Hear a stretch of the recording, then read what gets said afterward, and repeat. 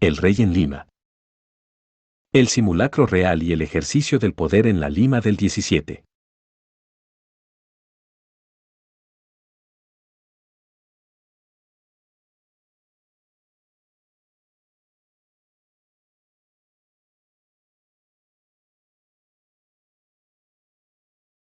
En 1622, el rey Felipe IV presenció su proclamación en la Plaza Mayor de Lima.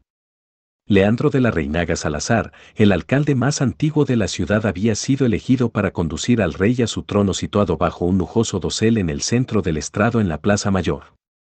El rey, sin embargo, resultó ser más pesado de lo esperado y en el último momento fue necesario asegurar la ayuda de otros 3 hombres más para conducirlo con la debida decencia requerida por la ocasión. Felipe IV no estuvo en Lima en 1622. En su lugar, un trasunto vivo del rey, que según el relato de Román de Herrera, cronista oficial de la ceremonia, medía 2 varas de alto por 1 vara y media de ancho con un marco adicional de media vara de ancho por lado. En el centro superior el marco negro tenía inscrito con letras de oro: «Viva el católico rey Felipe IV, viva felices años», y estaba decorado con ricas cadenas de oro entretejidas con incrustaciones de diamantes, rubíes, esmeraldas, topacios y collares esmaltados. Una cadena de oro grande y pesada, puesta en la imagen por la ciudad como señal de su lealtad al rey, complementaba la decoración. Según Herrera, la pintura misma mostraba al monarca Felipe IV arrimado de medio cuerpo para arriba y el resto del cuerpo calza entera, de obra y color morado, y el rostro como de un ángel, en cuyo risueño semblante imperceptiblemente se daba a conocer un mirar autorizado. Cuando los 4 hombres y el rey subieron al estrado con todo el respeto, veneración y majestad requerida, los oidores y demás personas sentadas en los estrados y galerías aledañas se pusieron de pie y descubrieron sus cabezas mientras el retrato era, sentado, en su trono, descrito como un sillón ricamente elaborado y lujosamente adornado, situado bajo un dosel de tela fina de oro. Una vez que el rey fue acomodado en su trono, los oidores se sentaron y cubrieron sus cabezas, mientras los alcaldes y el cabildo bajaron del estrado, haciendo profundas reverencias al teatro del rey nuestro señor. Herrera nos cuenta que, mientras esto sucedía, escuadrones lujosamente uniformados comenzaron a entrar en la Plaza Mayor comandados por Diego de Carvajal, correo mayor del Perú y teniente de caballería. Compañías montadas de arcabuceros seguidos por 100 hombres de la artillería marcharon ante el teatro construido para la ocasión haciendo profundas reverencias al rey sentado en su trono. Seguían a la infantería 200 hombres uniformados, los cuales también hacían reverencias al monarca. Cuando las compañías finalmente se ubicaron en la plaza frente al estrado, formaron, según Herrera, 4 bloques de 25 filas de hombres uniformados, todos los cuales saludaron al rey con un disparo de sus mosquetes al aire. Este acontecimiento fue observado y vitoreado por las multitudes congregadas en los techos, balcones y ventanas de los edificios y calles alrededor de la Plaza Mayor. Introducción. Es de dominio común que los reyes de España nunca visitaron las Indias. Sin embargo, el rey fue visto en América como la cabeza legítima de la monarquía española durante el periodo colonial. Es más, en el virreinato del Perú muchos limeños se mantuvieron leales a él hasta el término de las guerras de independencia en el siglo XIX. ¿Cómo se explica esta lealtad y legitimidad del rey español en América a pesar de su lejanía? ¿Cuáles fueron las estrategias empleadas para crear lazos políticos, así como las condiciones y términos que los gobernaron?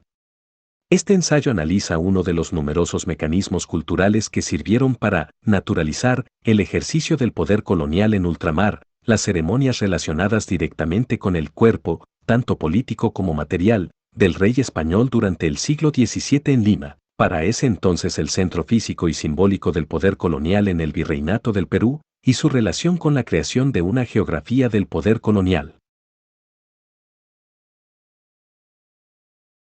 De acuerdo con el historiador español Javier Gil Puyol, la presencia del rey, incluso aunque estuviera físicamente ausente, fue absolutamente necesaria e irreemplazable como cabeza y miembro de la comunidad que gobernaba. Un asunto fundamental para la monarquía española, desde Carlos V en adelante, fue precisamente cómo hacer presente al rey ausente en todos los reinos y provincias en los que gobernaba, especialmente en los más distantes. En la propia España, durante el reinado de Felipe II, el rey se había convertido en algo así como un monarca ausente debido a una nueva vida ritual que tenía como finalidad hacer invisible al rey. A pesar de esto, los vasallos del rey en España podían quizás esperar verlo alguna vez en sus vidas en una de sus entradas triunfales a ciudades europeas, durante su participación en fiestas religiosas o en los autos de fe.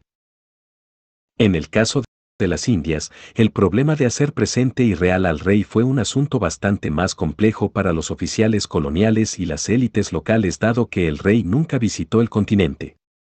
Es por lo tanto quizás sorprendente que la figura del rey, así como los mecanismos de su gobierno en las Indias, casi no hayan sido temas de estudios hasta la fecha. Quisiera sugerir aquí que en la Lima del 17 las ceremonias reales sirvieron para hacer presente al rey ausente y unirlo con sus vasallos en un pacto recíproco que necesitaba del ritual para hacerlo verdadero. Debido a que, en el caso del Perú, el rey genuino no fue nunca producido como un original, sino más bien reproducido, su simulacrum, o copia para la cual no existe un original, convirtió al rey español en un monarca hiperreal. Estas representaciones del rey fueron, sin embargo, siempre auténticas o verdaderas ya que, como el referente no fue nunca visto en Lima, el simulacro era verdadero por virtud de esta ausencia.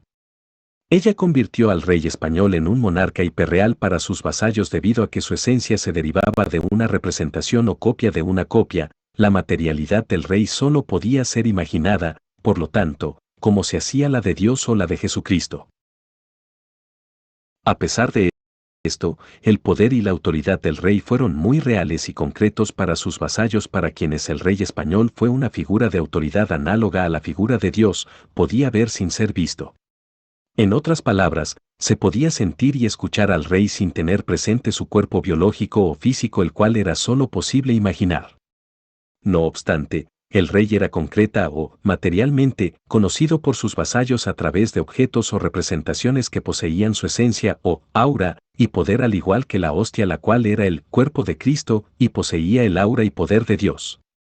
Dicho de otro modo, para los vasallos en Lima el simulacro del rey de España era el rey real. La centralidad de la figura del rey en las ceremonias limeñas parece no haber sido igualada en otras ciudades americanas. Debido a que el virrey no estuvo nunca presente durante las ceremonias reales del siglo XVII en Lima, es muy probable que rituales tales como las proclamaciones y las exequias reales puedan haber sido más importantes para la legitimación del poder colonial que las entradas virreinales que iniciaban el nuevo gobierno del alter ego del rey. Por lo tanto, el simulacrum del rey en Lima constituyó no solo el principio organizador de las ceremonias reales sino también un aspecto central del ejercicio del poder monárquico en el Perú colonial. Las ceremonias reales fueron igualmente fundamentales en el afianzamiento de Lima como la ciudad más principal y poderosa frente a sus rivales en el virreinato. Estas celebraciones del siglo XVII alrededor del simulacro del rey constituyeron una fuente importante de capital simbólico en la producción del aura de Lima en las disputas con la capital inca del Cusco sobre cuál de las dos ciudades ocuparía el lugar de cabeza de los reinos del Perú. Por último, la vida ceremonial cortesana de Lima desarrollada durante este periodo la consagró hacia fines de siglo como el centro indiscutible del poder colonial en el virreinato del Perú y como el referente cultural del imperio en su totalidad. Entre las ceremonias organizadas alrededor del cuerpo del rey, de su poder y de su majestad, las exequias reales u honras fúnebres y la proclamación o levantamiento de pendones del rey constituyeron dos caras de una misma moneda. Ellas tuvieron el doble fin de hacer real el rey ausente a sus vasallos distantes, al mismo tiempo que unieron al rey y sus vasallos en una relación personal y recíproca o pacto político. Como ha sugerido François Xavier Guerra, la fe jurada al rey como monarca y señor implicaba la obligación del vasallo a servir y defender a su señor con acciones, riquezas e incluso con su propia vida. En Lima colonial, el juramento de lealtad de la ciudad, como ente corporativo, al rey se renovaba anualmente en la ceremonia del estandarte real, el cual tenía un papel central en la proclamación del rey. Mientras las exequias permitían a la ciudad y sus vasallos despegar públicamente su dolor y sufrimiento por la muerte del monarca, la culminación de la proclamación requería que la ciudad y sus ciudadanos proclamaran públicamente su aceptación, lealtad y amor por el nuevo rey. El acto de jurar y expresar lealtad al rey es de singular importancia para entender el pacto entre los vasallos y el rey. La obligación política en América colonial, como señala Guerra, se basó en un compromiso muy personal con una persona muy concreta, el rey, formalizada por el juramento.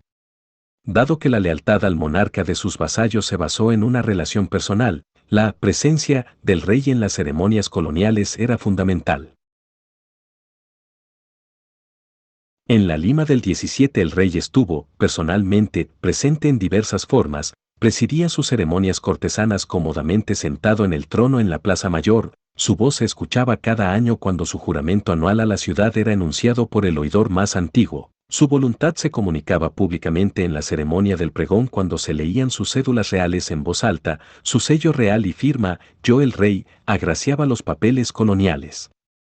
El rey español tenía un cuerpo original, biológico, que residía en España, pero su simulacro residía en Lima, y cuando éste se desplegaba en elaborados rituales públicos permitía a sus distantes pero leales vasallos verlo, oírlo y sentirlo como si él realmente estuviese allí. La ciudad, la plaza y la geografía del poder. De acuerdo al historiador español José Antonio Maravall, el barroco fue una época de fiestas y esplendor. Como manifestación cultural, el barroco constituyó un fenómeno urbano donde la ciudad no solo proveía los recursos necesarios para sostener las necesidades de los grupos sociales privilegiados, sino que también ella misma se asoció con la cultura y su producción.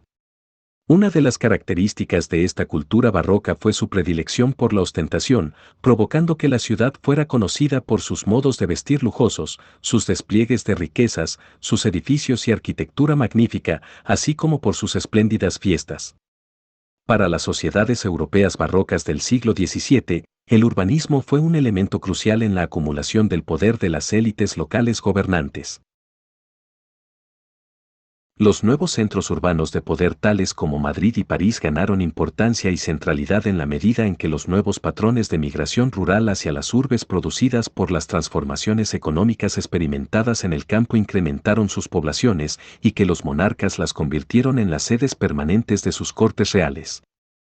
En el Imperio Español de Ultramar, la creación de centros urbanos tales como Lima y el proyecto imperial de reubicar a las poblaciones indígenas en las reducciones implementadas en el Perú por el virrey Francisco de Toledo en la década de 1570, constituyeron una manifestación de esta nueva ideología de gobierno a través de civitas, o la experiencia de la vida urbana. Este nuevo concepto de gobierno, como ha señalado Anthony Pagden, hizo de la ciudad el centro de la civilización y de la producción cultural, así como del poder político. Es importante señalar también que la idea de ritual, como ha señalado Edward Muir, se desarrolló en el siglo XVI. Consecuentemente, el estado teatro urbano del barroco de los siglos XVI y XVII ejerció su poder político a través de elaborados rituales públicos capaces de hacer real y concreto algo abstracto. Lo abstracto se convertía en realidad a través de imágenes cuyo poder fue ampliamente reconocido en las sociedades de la época temprana moderna. Como han señalado Fernando Checa y José M. Morán, la iconografía, los emblemas, las alegorías y los jeroglíficos utilizados en las fiestas cívicas solemnes fueron esenciales para el desarrollo de hábitos mentales en la lectura e interpretación de estos símbolos que no solo eran asequibles y legibles al público, sino que también cumplían una función didáctica en que las lecciones morales eran compartidas con el pueblo en general. Como en el barroco europeo, en América, el centro físico y simbólico del poder colonial se concentró en las ciudades. Dentro de la ciudad colonial de Lima el poder se encontraba aún más localizado en el espacio alrededor de la Plaza Mayor, el corazón y centro de la vida social, política y cultural urbana. La importancia simbólica de la Plaza Mayor como el centro del poder colonial en Lima fue establecida por Francisco Pizarro en el momento de su fundación en 1535 cuando después de distribuir espacios para la catedral, las casas reales, el cabildo y la cárcel, designó solares alrededor de ella a sus conquistadores. La situación espacial de los poderosos conquistadores y sus familias en las casas situadas alrededor de la plaza, aledañas a los edificios de las instituciones oficiales coloniales, reflejaban directamente el poder personal y liberalidad de Pizarro. Las residencias de los fieles conquistadores constituían representaciones espaciales de su séquito como gobernador de la tierra.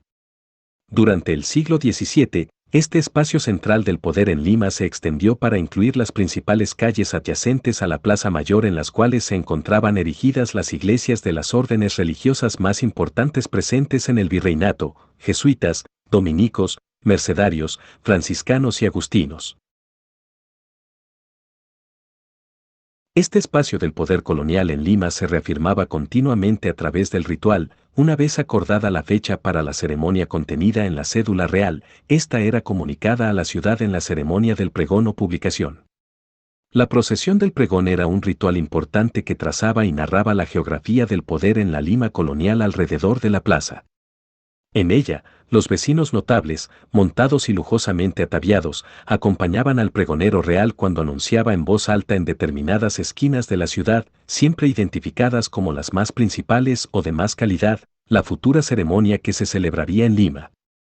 Como estos anuncios públicos se ejecutaban siempre en los mismos lugares y frente a los mismos edificios, el espacio comprendido entre ellos adquiría, a través del tiempo, un aura de poder y el ritual un carácter de legitimación que formaba parte de una liturgia cívica. El pregón, por lo tanto, creaba lo que Michel Ducertu denomina un field of operations, o un espacio ritual oficial autorizado dentro del cual se celebraban o actuaban dichas ceremonias oficiales. En el caso de Lima, la ubicación de las residencias de los conquistadores y los edificios oficiales alrededor de la Plaza Mayor, simbolizando las estructuras permanentes del poder colonial, proveían una genealogía histórica urdida en una narrativa del poder por la ruta procesional del pregón. La narración era creada por la lenta procesión de hombres lujosamente vestidos y montados en hermosos caballos acompañados de melodiosa música a través de calles selectas, así como por los pregones ejecutados siempre frente a los edificios más significativos de la ciudad que albergaban a las principales instituciones de la sociedad colonial, subrayando su importancia. Esta narrativa en actos generaba un aura de poder colonial alrededor de la Plaza Mayor ampliamente reconocida e utilizada, tanto por las élites como por la plebe, y en ocasiones era apropiada como fuente de poder personal. En 1668, Tomasa, una esclava negra, explicó al juez de la extirpación de idolatría que para fortificar sus poderes adivinatorios ella conjuraba las hojas de coca invocando a los 7 demonios, nombrando en voz alta las calles adyacentes a la plaza, así como la catedral, la residencia del arzobispo, el palacio virreinal, el cabildo eclesiástico, la casa del cabildo secular y la horca. Así, el espacio ritual oficial del poder alrededor de la Plaza Mayor podía ser adoptado como propio en Lima colonial por mujeres africanas, españolas, indias o mestizas pobres para la práctica cotidiana de la magia popular. Fue en este espacio urbano central donde, una vez asegurado el financiamiento para la celebración de la ceremonia, los ciudadanos se embarcaban en la construcción de elaborados escenarios y decoraciones, convirtiendo las calles de la urbe colonial en el escenario donde los edificios se reconfiguraban con adiciones efímeras tales como arcos, nuevas murallas, altares, plantas y mantas de diversos colores. Esta escenografía requería también de luces nuevas, fuertes aromas y nuevas melodías que llenaran el espacio urbano, así como nuevos trajes para cada uno de los participantes. Como la propia palabra connota hoy en día, el ceremonial barroco pretendía saturar todos los espacios de esta área urbana central con elementos alegóricos relacionados con la ceremonia en cuestión. Las ceremonias barrocas oficiales tenían como objetivo transformar radicalmente el espacio urbano, convirtiendo el corazón de la ciudad literalmente en un teatro. En el lenguaje de la época, la palabra teatro se utilizaba metafóricamente para señalar el lugar donde algo o alguien se exponía a la estimación o censura del mundo o al teatrum publicum. En esta cultura de escrutinio público, la ostentación fue la señal máxima de rango, poder y autoridad, y la apariencia se convirtió en un valor social altamente apreciado. En el siglo XVII, el poder se manifestaba y constituía a través de la pompa externa de estas ceremonias. En forma similar, los diseños de estos nuevos centros urbanos coloniales tales como Lima y las crónicas escritas sobre ellos proporcionaron una especie de comentario social de la manera en que la ciudad y su sociedad deberían funcionar idealmente. Como resultado, los cronistas criollos y españoles comenzaron a exagerar de manera predecible la magnificencia de las ceremonias y de la ciudad en sus escritos, particularmente hacia mediados del siglo XVII. Las crónicas describen cada vez más una sociedad urbana extremadamente ordenada, lujosa y unificada. Las apariencias oficiales no lo eran todo, sin embargo, ya que más allá de la anhelada magnificencia de las representaciones barrocas y de los diseños perfectos de la ciudad ceremonial existía también otra realidad urbana, la de una ciudad de cuartos hacinados con familias pobres en edificios mediocres. Los callejones, llamados a veces callejones de cuartos, de numerosas habitaciones situadas alrededor de un patio común, usualmente equipados con una cocina y un gallinero, constituyeron una característica importante de la ciudad colonial y de la vida urbana limeña. Las condiciones de vida en estos callejones limeños fueron precarias ya que en la mayoría de los casos estos cuartos pequeños acomodaban a un sinnúmero de personas convirtiendo la vida privada en conocimiento público de la comunidad del callejón. La vida comunitaria cotidiana de los callejones facilitó el intercambio entre mujeres pobres de diversas descendencias de sus conocimientos de curandería, magia y hechicería, convirtiendo los espacios interiores en lugares fértiles para la creación de una cultura híbrida que coexistía conjuntamente con la cultura oficial barroca de las ceremonias públicas. Los habitantes de estos callejones fueron el foco del proyecto civilizador y disciplinante de la extirpación de la idolatría y de la Inquisición. Estos callejones confirieron a la ciudad cortesana un carácter de laberinto interior, más privado, donde se practicaba una cultura plebeya en los mundos interiores, más allá de los escenarios públicos del poder colonial alrededor de la Plaza Mayor. A pesar de esta cultura del callejón, los oficiales coloniales y los habitantes de la ciudad cooperaron durante las ceremonias en la transformación de la urbe en un teatro político público, y este trabajo teatral englobó muchas prácticas cotidianas y espacios urbanos. Las celebraciones oficiales barrocas implicaban grandes costos de producción. Los oficiales municipales se quejaban continuamente al rey y a otros oficiales de la ciudad de los problemas ocasionados por estas producciones en el presupuesto de la ciudad. Sin embargo, y a pesar de las quejas, las ciudades asumieron grandes deudas para producir estas ceremonias en la forma apropiada, de acuerdo al protocolo requerido, lo cual implicó que en repetidas ocasiones los oficiales encargados de las fiestas tuvieran que cubrir con sus propios fondos grandes porciones de los gastos originados por estas cuando tanto el erario municipal como el real se encontraban desprovistos de dinero. En muchos casos, después de las fiestas se entablaron numerosos juicios legales reclamando dicho reembolso, sin embargo, fueron muy escasas las demandas que se resolvieron favorablemente para los litigantes, lo que propició, más bien, largas disputas sobre quién debía asumir finalmente las deudas incurridas durante las celebraciones. A pesar de esto, dado que las celebraciones públicas constituían un reflejo de la pena o alegría que la ciudad y su gente sentían por su rey, cada vez que se presentó la ocasión tanto las ciudades como los vasallos se hicieron cargo de los gastos de producción de la ceremonia. Estas deudas personales eran asumidas en parte porque el esplendor de las ceremonias públicas constituía un mensaje importante para otras ciudades rivales sobre la dominación económica y la magnificencia social poseída por la ciudad. La falta de moderación fiscal de las ciudades barrocas en la producción de estas lujosas ceremonias, incluso en momentos de crisis económica, debe ser entendida por lo tanto en el contexto del significado político que las fiestas y sus relaciones tenían para el poder que ciudades como Lima ejercían, o podían ejercer, sobre otras más pequeñas y provincianas. Las regulaciones reales que trataron de moderar los gastos excesivos de las ceremonias cortesanas generaron una procesión interminable de decretos oficiales advirtiendo a las ciudades que redujeran los costos y despliegues de excesiva magnificencia en sus ceremonias. Pero el discurso de contrición fiscal del rey parece no encajar con los significados culturales y sociales que estas ceremonias ostentosas y opulentas tenían, así como con el lujo requerido por el estricto protocolo que los gobernaba. Estos despliegues barrocos de riqueza y lujo han sido interpretados comúnmente desde un punto de vista puramente económico racional de costos y beneficios. Los cálculos de esta índole, sin embargo, ignoran el hecho de que el grado de lujo y opulencia pública constituyeron una fuente de capital simbólico requerido para ejercer poder sobre las ciudades rivales en el reino, en otras palabras, como práctica política estratégica más que como una elección económica inmediata. A través de estos espléndidos rituales públicos, las ciudades y sus vasallos pudieron acumular el capital simbólico que les permitía luego ejercer como dominación sobre ciudades menores, lo cual, a cambio, podía generar beneficios materiales adicionales en la forma de privilegios y favores otorgados por el nuevo monarca. La magnificencia social de las ciudades barrocas se basó en una combinación de riquezas materiales, capital simbólico y el patrocinio de la corte metropolitana.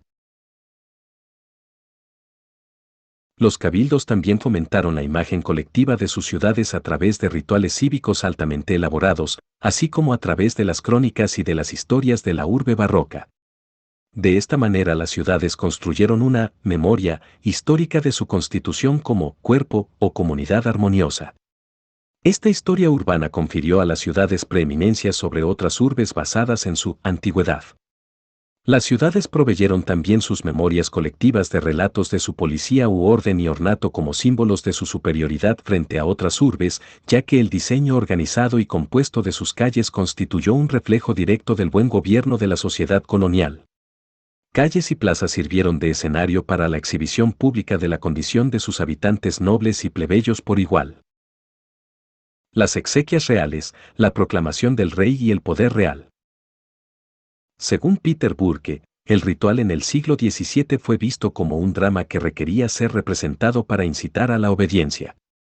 Durante el siglo XVII, el calendario ceremonial de Lima contemplaba más de 300 fiestas, aquellas particularmente relacionadas con el ciclo vital del rey y de su real familia incluían la celebración y conmemoración de nacimientos, matrimonios, bautizos, muertes y las rogativas por su salud y bienestar. Por su parte, las fiestas ligadas al ciclo vital de la monarquía celebraban las victorias militares, los santos patronos reales y la proclamación del nuevo rey. Las ceremonias reales proporcionaron a los monarcas una oportunidad de materializar, aunque por un tiempo limitado, diseños utópicos de espacios urbanos y constituciones políticas. Las exequias reales y la proclamación del rey fueron dos de las ceremonias más majestuosas y costosas celebradas en Lima colonial. En las Indias, estas ceremonias constituyeron dos ocasiones supremas en que las ciudades como cuerpos corporativos, tanto en el sentido social como político, desplegaron sus poderes a través de la magnificencia exhibida en estos acontecimientos, los cuales llegaron a durar en ocasiones hasta casi un año.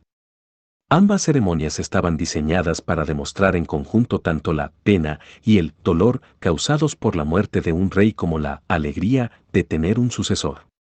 La ostentación mostrada en las ceremonias públicas en el siglo XVII constituyó un reflejo directo del poder de la ciudad que la celebraba, así como una medida de su lealtad hacia el rey.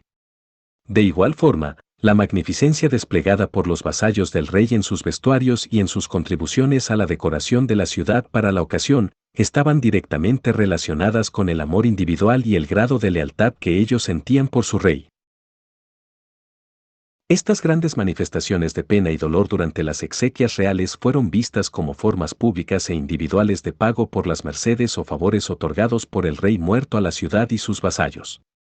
En ese sentido, el lujo del vestuario del alférez real y su comitiva mostrado ostentosamente durante la proclamación del rey reflejaba esta lealtad al monarca.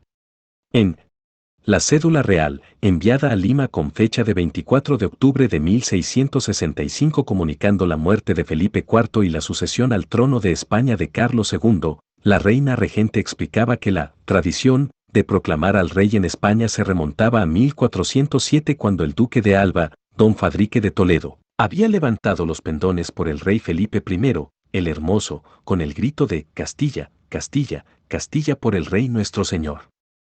En Ávila medieval los reyes eran elegidos primero por la nobleza y luego proclamados por el pueblo. La tradición de reunirse en privado para organizar las ceremonias alrededor de la muerte y proclamación del rey tiene sus raíces, según Angus Mackay, en la tradición medieval según la cual los nobles y oligarcas decidían en privado aceptar o no al nuevo rey para luego actuar los rituales tradicionales en público.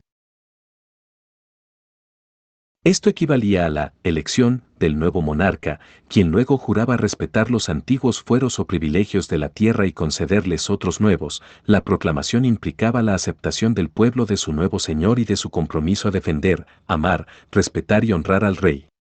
El núcleo central de la proclamación fue, por lo tanto, el compromiso mutuo de lealtad que el rey y sus vasallos juraron mantener. Siguiendo esta larga tradición, los miembros de la audiencia y del Cabildo de Lima, tras recibir la cédula que anunciaba la muerte de un rey, se reunían en sus respectivas oficinas en privado para leer y reconocer al nuevo monarca. Esta elección simbólica en privado y aceptación en público del nuevo rey parece seguir la lógica de la argumentación esgrimida en la relación escrita para la proclamación de Felipe II celebrada en el Cusco en 1557. El escribano que describió la ceremonia señaló repetidas veces que la había escrito para cumplir con lo que la tradición dictaba y para que más tarde fuera enviada al nuevo rey como testimonio de la aprobación de la ciudad a su sucesión al trono.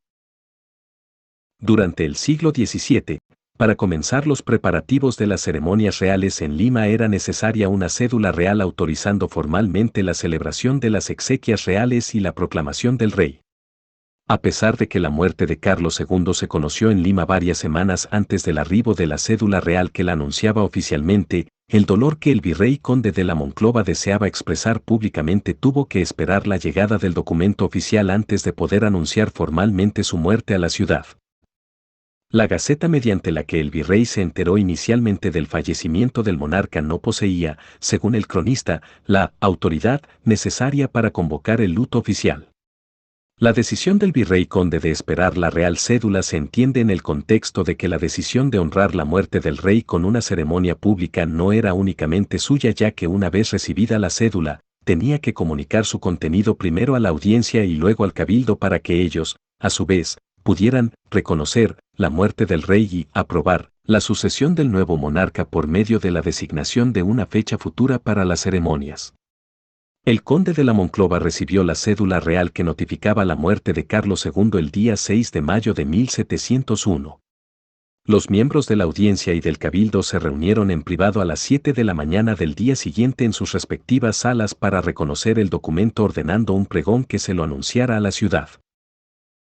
Las exequias reales. En el barroco, tanto la muerte como la vida fueron celebradas de manera dramática. La transformación hecha por Felipe II, a fines del siglo XVI, de las exequias reales en un ritual oficial para ser celebrado no solo en Madrid sino en todas las ciudades de su imperio, permitió a la monarquía española exaltar su poder absoluto, al mismo tiempo que le facilitó la invención de un mito de origen para la nueva dinastía austríaca. La celebración de las exequias reales no solo fue un rito de sucesión sino también una ocasión fúnebre que recordaba a todos su mortalidad, incluyendo la del monarca, a pesar de que la monarquía parecía sobrevivir más allá de su vida terrenal. Es importante contrastar la vulnerabilidad ante la muerte de los reyes españoles con la aparente inmortalidad de los reyes franceses. Mientras que el elaborado ritual estatal que rodeaba la muerte de los reyes franceses tenía como fin resaltar la naturaleza sobrehumana o sagrada de la monarquía, el ceremonial español subrayaba la vulnerabilidad humana del rey ante Dios. El colorido vestuario del rey francés manifestaba su inmortalidad mientras que el vestuario negro llevado por el rey español mostraba su mortalidad. Es posible que el hecho de que el rey francés no muriera públicamente creara una distancia con sus vasallos que no parece haber existido de la misma manera en el caso del monarca español. En Madrid, el cuerpo del rey muerto se exhibía vestido de negro por varios días, mientras que en las ciudades de sus reinos su muerte era representada por una urna cubierta con lujosas telas que simbolizaban las cenizas de su cuerpo descompuesto, así como su majestad real. Su espíritu se encontraba omnipresente en las pinturas y en los artefactos que decoraban su catafalco. Las exequias reales constituían manifestaciones externas de lealtad y de poder. Se esperaba, por lo tanto, que aquellos que recibían mayores beneficios de Dios y del Rey realizarían mayores demostraciones de dolor y de alegría. Ello fue expresado por Pedro Ramírez en su panegírico pronunciado en la Catedral de Lima en 1613 con ocasión de las exequias de la reina Margarita de Austria. Ramírez planteaba que, si bien todo el mundo estaba en deuda con Dios, el grado de ésta dependía de lo que cada cual había recibido de él. Según el fraile, dado que el rey y la reina recibían más que nadie, estaban obligados a hacer un mayor despliegue de dolor y así sucesivamente de acuerdo a la condición social de cada uno. El dolor o la pena, sin embargo, no se expresaban abiertamente con llantos o emociones vivas sino por medio de una mayor o menor ostentación reflejada en las dimensiones del túmulo y en el largo y la calidad de las lobas o túnicas fúnebres llevadas en señal de duelo. Los lutos adoptados por todos los habitantes de la ciudad simbolizaban obediencia y respeto por el difunto, a la vez que mostraban la jerarquía social imperante en la ciudad. El vestido ceremonial barroco, si entendemos estos lutos y los vestidos lujosos como tal, tenían como fin reafirmar o establecer públicamente las cualidades de las personas que los vestían. También era ampliamente sostenido en la sociedad colonial que el vestuario apropiado preservaba el correcto orden social. Desde 1614, los lutos de los oficiales de la ciudad fueron financiados por la corona española. Sin embargo, se esperaba que los oficiales, nobles y personas importantes de la ciudad distribuyeran lutos a sus familiares, incluyendo a sus criados. Las diferencias sociales eran evidentes en el largo y la calidad de las telas utilizadas en la manufactura de los trajes ceremoniales. Por ejemplo, los oficiales importantes de la ciudad vestían largas lobas de fino terciopelo con grandes capirotes y mangas muy amplias, mientras que los oficiales menores vestían unas más cortas y fabricadas de bayeta. Se esperaba también que los pobres de la ciudad vistieran colores obscuros y sombrero. Las dimensiones de las lobas eran importantes ya que su tamaño era asociado con la autoridad, de manera que mientras más largas fueran, mayor era la autoridad que poseían.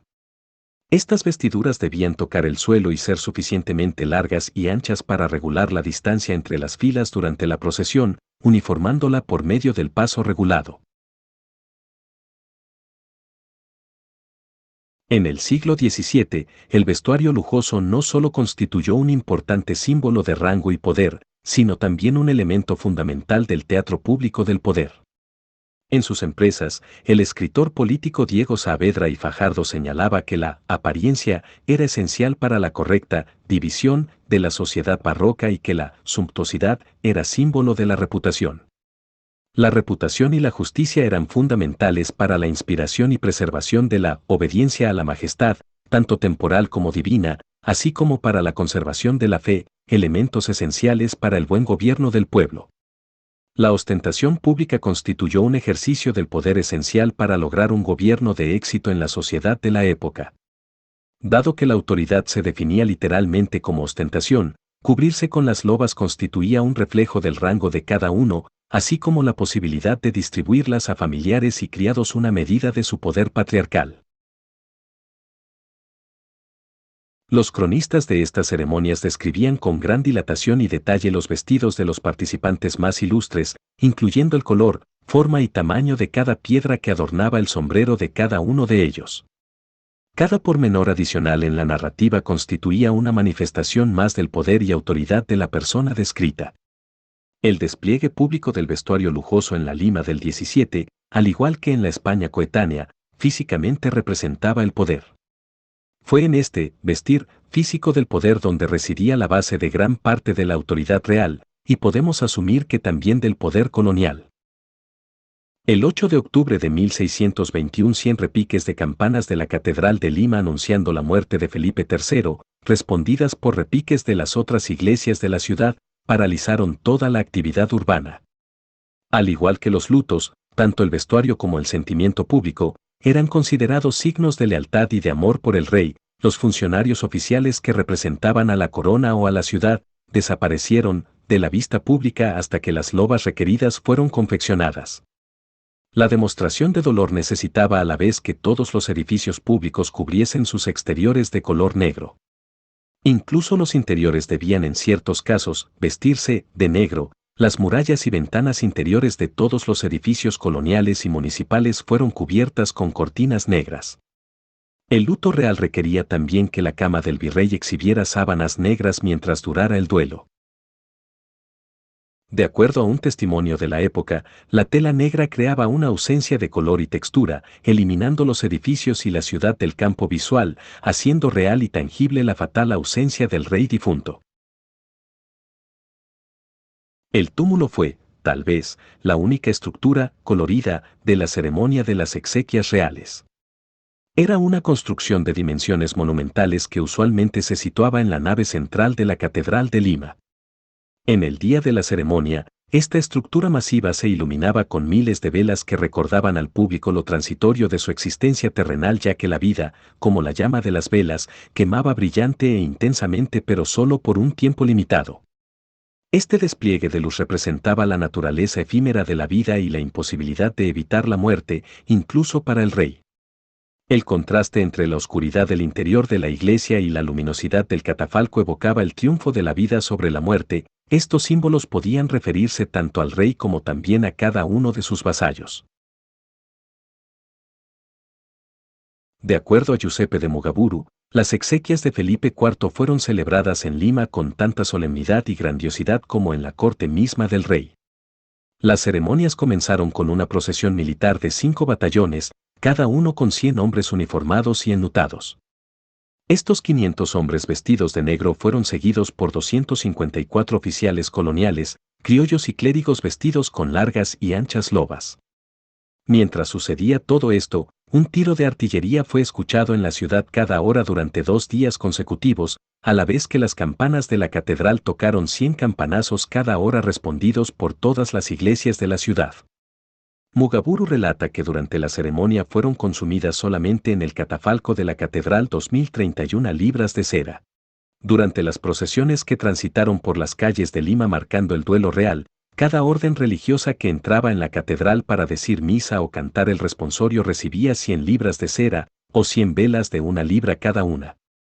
Las demás parroquias de la ciudad recibieron 50 velas de 1 libra cada una para sus propias ceremonias.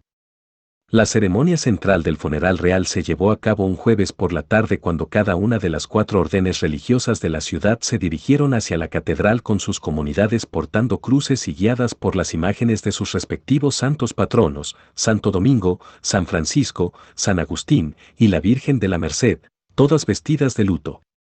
El arzobispo Pedro de Villagómez continuaba la comitiva vistiendo un gran sombrero sobre su gorra sacerdotal al frente de una gran procesión de más de 400 clérigos seculares en sobrepellices, además de prebendados y canónigos vestidos con largas capas de tafetán negro. La nota más espectacular de la ceremonia fue, sin duda, el túmulo construido en la nave central de la catedral, tan alto como su cúpula.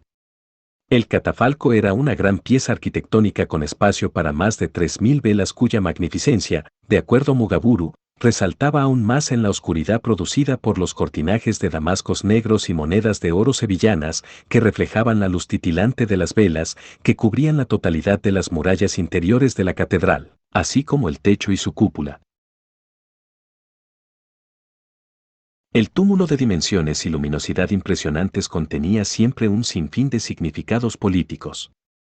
En Lima, el catafalco de Felipe III representaba el destino del rey, sus victorias y hazañas mundiales, los rastros de su fama permanente y su feliz entrada a la beatitud eterna, y estaba adornado con muchas pinturas que representaban las principales historias y eventos ocurridos durante el gobierno del rey. Debido a que estos hechos, de acuerdo al cronista, habían sucedido por orden explícita de Felipe, constituían un fiel testimonio de su buen gobierno, sensatez y éxito como monarca. Los cuadros exhibidos en la estructura enfatizaban las entradas triunfales del rey a diversas ciudades europeas y los numerosos escudos de armas de todos sus reinos. Dado que estas representaciones solo incluían mensajes positivos de las hazañas del rey, tales imágenes, favorables, de su gobierno sugieren un intento de reinterpretar la historia en términos positivos en las mentes de sus vasallos. Los panegíricos relatados durante las exequias reales constituían una forma adicional de reinterpretación de la vida y obra del soberano fallecido. Estos sermones adulatorios eran siempre en primer lugar lecciones de historia, donde, antes de narrar las virtudes y victorias del rey muerto, se delineaba la genealogía del imperio y se nombraban los monarcas pasados, sus hazañas militares y sus virtudes mundanas. A pesar de la censura a la que eran sometidos antes de su publicación, estos panegíricos también podían criticar el gobierno del rey fallecido. En 1666, Miguel Sanz Bretón comparaba la muerte de Felipe IV con la ausencia de mucho sol en los reinos del Perú. Aunque es posible que Sanz Bretón se haya referido metafóricamente solamente al vacío causado por la muerte del rey, la idea de rayos débiles que apenas tocaban sus reinos distantes era frecuentemente una metáfora utilizada como crítica al gobierno del monarca español. El catafalco de Felipe III en Lima exhibía numerosos escudos de armas reales estratégicamente situados alrededor de la urna que representaba el fallecido cuerpo del rey cubierta con lujosos damascos de brocados que manifestaban su majestad. En esta representación del rey muerto lo que lo sobrevive no es la justicia, como en el caso de los reyes franceses, simbolizado por la lit du justice, sino más bien su dinastía o genealogía real representada en el gran número de escudos de armas presentes. Estos blasones asociaban al rey con otros monarcas y casas reales europeas, permitiendo a los Austrias exaltar su linaje dinástico como una fuente más de su poder y autoridad. El poder social del linaje era claramente comprendido en el Perú como se reflejaba en las representaciones iconográficas de las genealogías incas de Manco Cápac que incorporaban a la dinastía del Perú a Carlos V, Felipe II y otros reyes españoles como herederos legítimos del imperio inca. La importancia de este linaje estuvo también presente en los retratos reales que usualmente se colgaban alrededor del túmulo intercalados con los escudos de armas de los reinos. En las exequias reales celebradas en Quito para la reina Margarita de Austria en 1613, la dinastía de los Austrias estuvo representada en 27 retratos de los reyes españoles desde Pepino I, duque de Brabantia, hasta Felipe II. Estos retratos de cuerpo entero y del tamaño del cuerpo humano, de acuerdo al cronista, fueron copiados de un libro de estampas con gran cuidado para reproducir fielmente el detalle histórico de sus trajes originales y otros detalles. El cronista enfatizó repetidas veces que estos retratos eran vivas, copias perfectas de las copias del libro, haciendo de ellos los mejores y más vivos retratos en el reino. La copia fiel de la copia de los retratados hacía que estos retratos fueran no solo auténticos sino también vivos. Las imágenes poseían el aura de los representados. La proclamación del rey. Mientras que los retratos de sus antecesores y los escudos de armas conectaban al rey muerto con sus ancestros y las grandes dinastías europeas, el singular retrato real situado en el trono bajo un dosel dorado en el centro del gran tablado en la Plaza Mayor de Lima, ubicaba al rey vivo en el corazón mismo de la ciudad colonial. En la proclamación de Felipe IV, el gran escenario construido para su celebración frente al Palacio Virreinal y cercano al Cabildo medía 20 varas de largo por 15 varas de ancho y 2.5 varas de alto. En cada esquina del estrado había una pirámide de 12 varas de altura y 1.5 varas de ancho cubierta de sedas de colores con una esfera en cada ápice adornada con rosas, rasos, sedas y tafetanes. A la par que las proporciones del estrado y las lujosas decoraciones daban testimonio de la majestad del rey, la plataforma rectangular, las rosas y las pirámides evocaban su perfección. Sobre este escenario, perfecto, se encontraba otro más pequeño de 14 varas de largo por 8 varas de ancho con 4 columnas dóricas que sostenían el dosel bajo el cual se encontraba el trono del rey situado sobre una alfombra persa. Las murallas de esta sección estaban cubiertas con cortinas de raso rosado de las cuales colgaban numerosos retratos de los ancestros del monarca. En las dos columnas delanteras que sostenían el dosel había dos estatuas gigantes, de bulto, representando a las dos más ilustres ciudades del reino, Lima y Cusco. Cada una de ellas sostenía en sus manos una corona levemente inclinada hacia el dosel, como ofreciéndola de buen agrado al Rey nuestro Señor en su trasunto en quien respetaban su majestad no menos que en su original.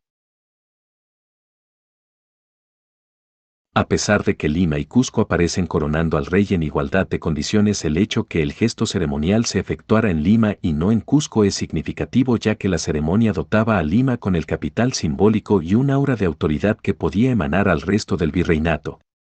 En esta iconografía las capitales inca y colonial estaban incluidas bajo el poder del rey español creando una trinidad unificadora. En la proclamación de Carlos II en 1666, esta iconografía de las urbes había sido reemplazada por una figura del Inca ofreciendo una corona imperial al rey de España y una de la Colla extendiéndole flores. Hacia fines del siglo XVII, tanto las ciudades españolas como las coloniales habían experimentado una considerable erosión de sus poderes y autonomía bajo el reinado de Felipe IV.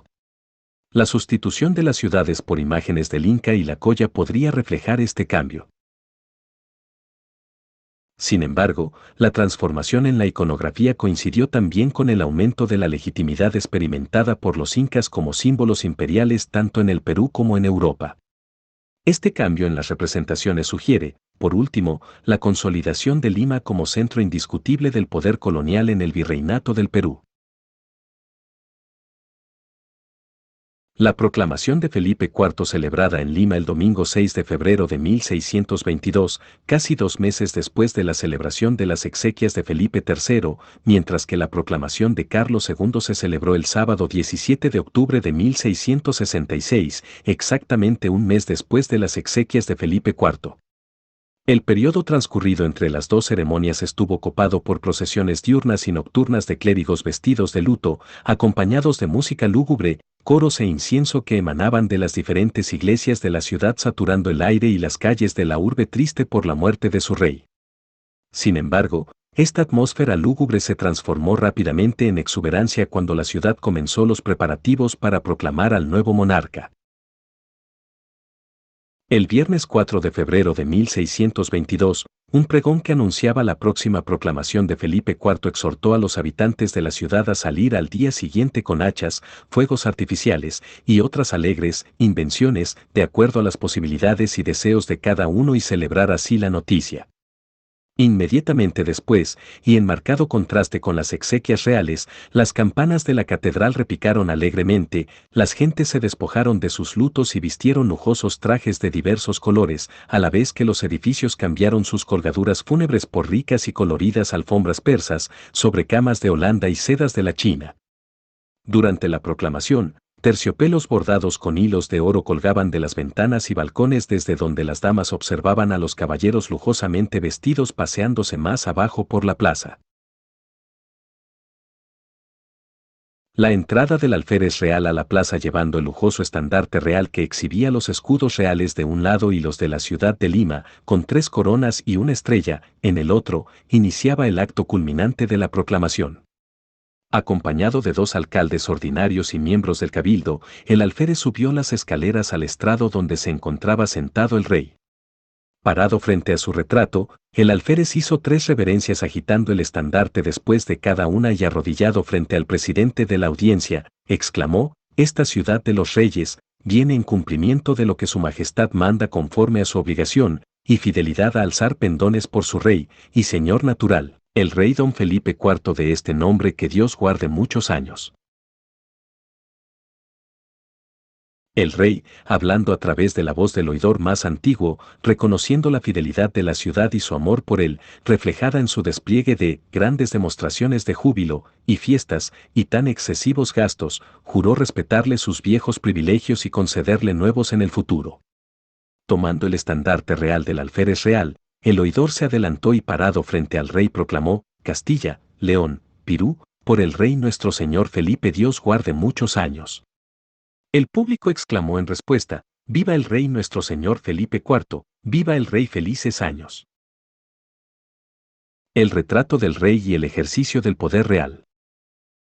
En su relato, Román de Herrera dedica especial atención a las dimensiones y ornamentación del marco del retrato de Felipe IV exhibido en Lima. A partir del Renacimiento, los marcos dorados simbolizaron rango y distinción pasando a constituir un aspecto esencial de la virtud de la imagen, confiriéndole honor social a la persona circunscrita en ellos.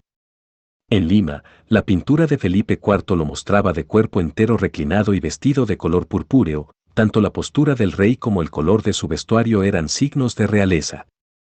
A pesar de que el retrato mostraba al rey de cuerpo entero, Herrera solo enfatizó la parte superior alta, o más específicamente su cara, señalando que su leve sonrisa, también un gesto real, transmitía un mirar autorizado. En la crónica de la proclamación de Carlos II en 1666, el escritor también señaló que el retrato del rey representaba majestad, imperio y dominio.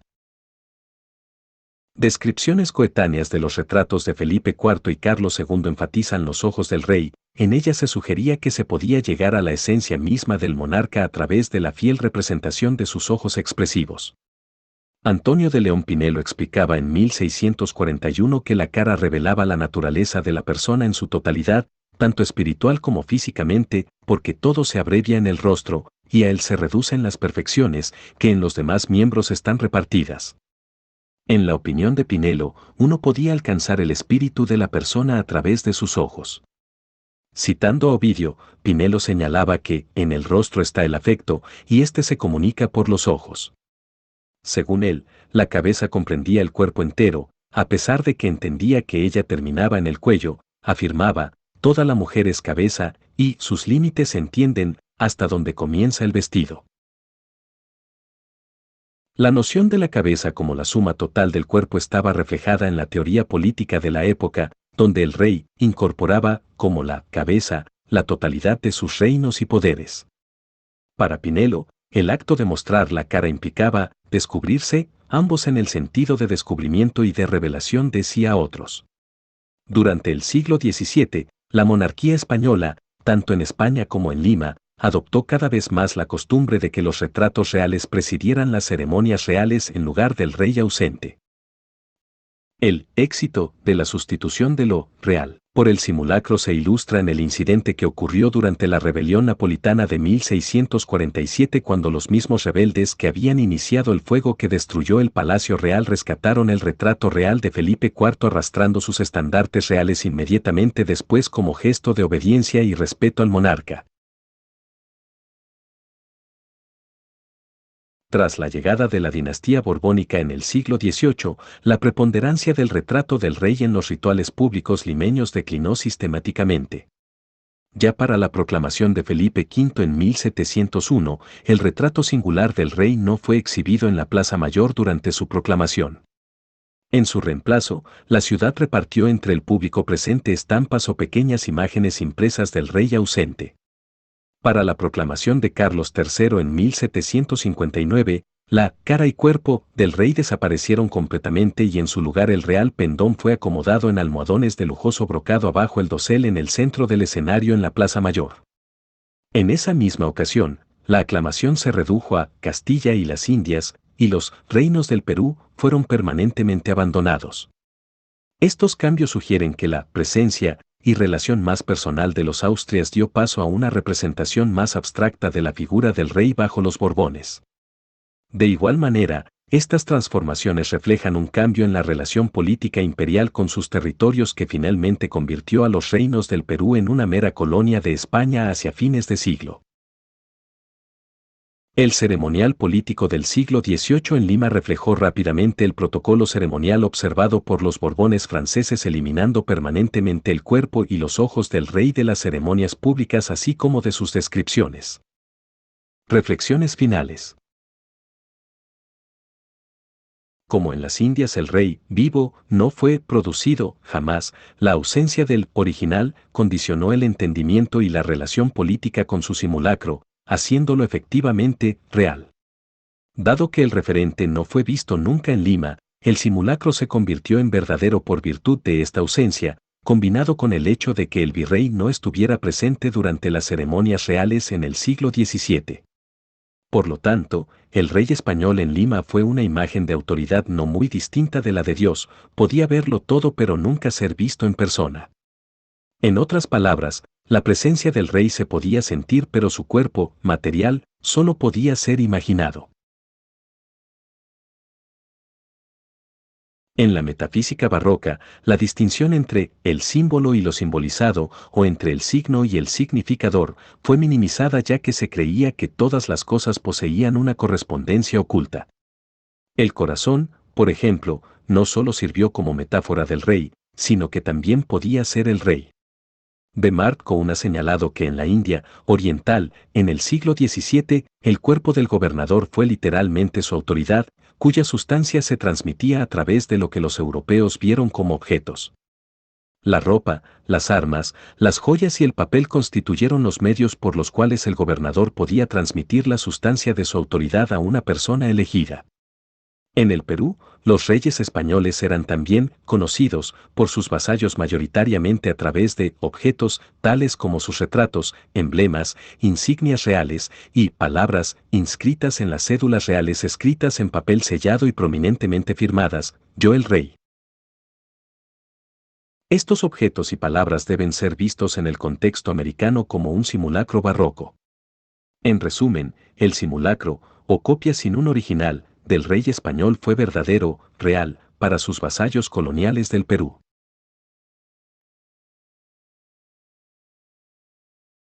La hiperrealidad del rey en la Lima del 17 fue revelada a sus vasallos ultramarinos en diversas ceremonias centradas alrededor de su real persona.